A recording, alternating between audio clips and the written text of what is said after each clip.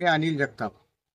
आज आपल्या सर्वांच्या समोर येण्याचं प्रमुख कारण आहे खरीप 2020 आणि 21च्या संदर्भात मुंबई उच्च न्यायालयाच्या छत्रपती संभाजीनगर उच्च न्यायालयामध्ये जे काही 2 प्रकरणं सुरू आहेत त्या संदर्भात सध्या काय स्थिती आहे याविषयी माहिती द्यावी म्हणून मी मुद्दाम आपल्यासमोर आलेलो आहे.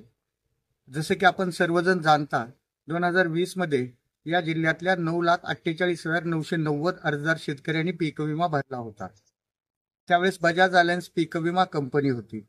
72 तासात शेतकऱ्यांनी पूर्वसूचना दिल्या नाहीत म्हणून या जिल्ह्यातल्या केवळ 79,000 शेतकऱ्यांना 56 कोटी रुपयाचे वाटप झाले होते.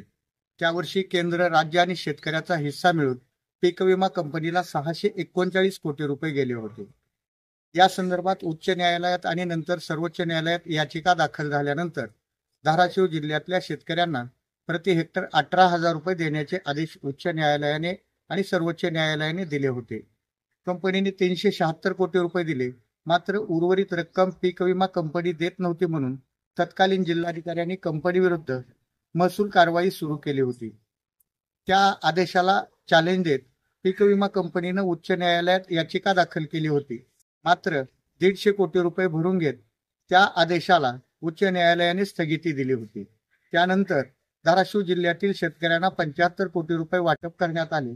उर्वरित 75 कोटी रुपये आजही उच्च न्यायालयामध्ये जमा आहेत. त्या संदर्भात 10 सप्टेंबरला आता अंतिम सुनावणी आहे. दोन्ही वकिलांचे युक्तिवाद पूर्ण झाले असून लेखी प्रतिज्ञापत्र सादर करण्याचे आदेश उच्च न्यायालयाने दिलेले आहेत. 10 सप्टेंबरला लेखी प्रतिज्ञापत्र होईल आणि धाराशिव जिल्ह्यातल्या शेतकऱ्यांना उर्वरित रक्कम देखील मिळून जाईल. 2021 मध्ये बजाज अलायन्स पीक विमा कंपनीनं धाराशिव जिल्ह्यातील शेतकऱ्यांना केंद्रीय परिपत्रकाचा आधार घेत केवळ 50% रक्कम दिली होती. त्याविरुद्ध जिल्हाधिकाऱ्यांनी आणखी 50% रक्कम देण्यासाठी उच्च न्यायालयात याची आरआरशी कारवाई केली. त्याला देखील कंपनीनं उच्च न्यायालयामध्ये आव्हान दिले होते.